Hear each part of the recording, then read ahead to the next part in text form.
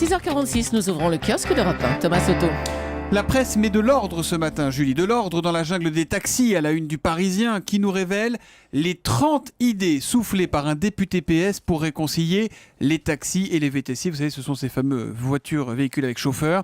Michel Grossior nous détaillera tout ça dans le journal de 7h tout à l'heure. C'est pas ça qui va détendre tout le monde, mais Thomas Thévenoud, ce fameux député qui a travaillé sur le sujet, suggère entre autres de repeindre tous les taxis de la même couleur comme à New York. Ah oui, c'est bien. Reste à la choisir cette couleur. Vous avez une préférence, Julie, peut-être sur la couleur ? Il faut prendre les couleurs traditionnelles de Paris, bleu et rouge. Ah, ils avaient tenté ça il y a quelques années déjà. Ce serait bien, des taxis bleus et Bleu et rouges. rouge. Donnez-nous votre avis sur Twitter avec le hashtag un matin, puis on verra dans le débrief de quelle couleur vous voulez repeindre les taxis.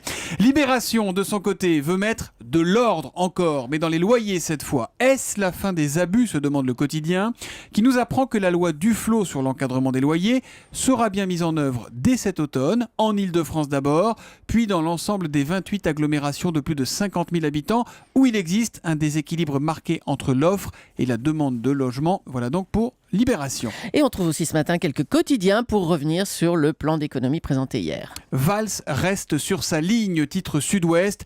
Et tant pis si des députés socialistes ont annoncé qu'ils ne voteront pas ce texte à la fin du mois à l'Assemblée. Un texte qui ne règle pas le casse-tête du déficit, nous dit Direct Matin.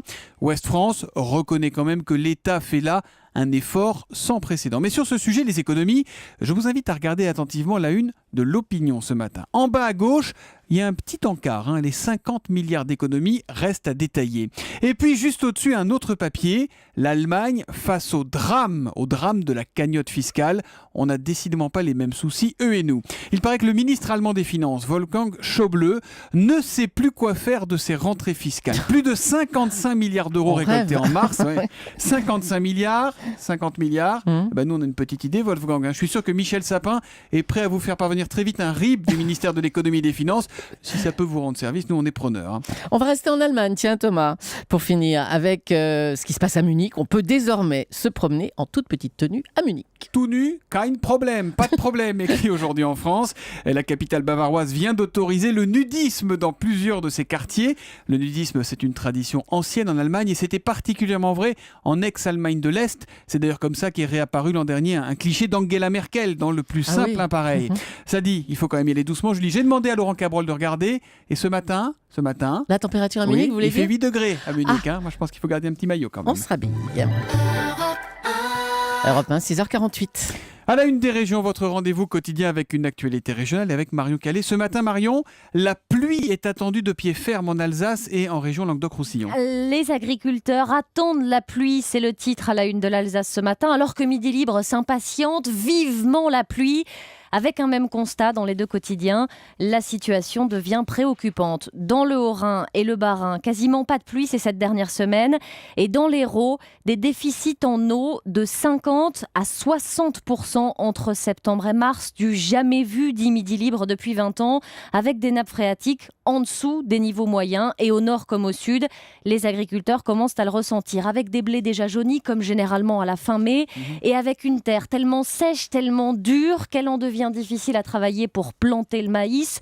Les semis, dit l'Alsace, ont été retardés et certains agriculteurs ont donc déjà choisi d'irriguer. C'est aberrant, s'indigne un représentant de la Chambre alsacienne d'agriculture qui assure que pour l'instant, il n'y a pas de dégâts spectaculaires, mais la période devient critique. Chacun donc scrute le ciel dans l'attente de la pluie et d'ici là, il va falloir économiser l'eau, en tout cas dans l'Hérault où le comité sécheresse s'est déjà réuni. Les premières mesures de restriction ne devraient pas tarder à être prises.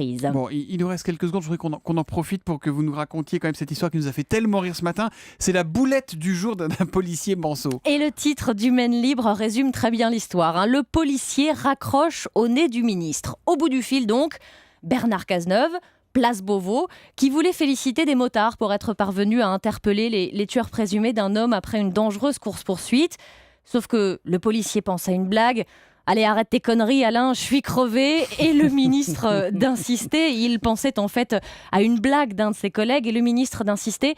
Excusez-moi, je suis bien Bernard Cazeneuve. Il faudra quelques minutes au policier pour qu'il comprenne son erreur, se confondent en excuses et acceptent aussi au passage sans doute les félicitations du ministre de l'Intérieur. C'est donc à lire dans le Maine Livre. Merci beaucoup Marion Calais.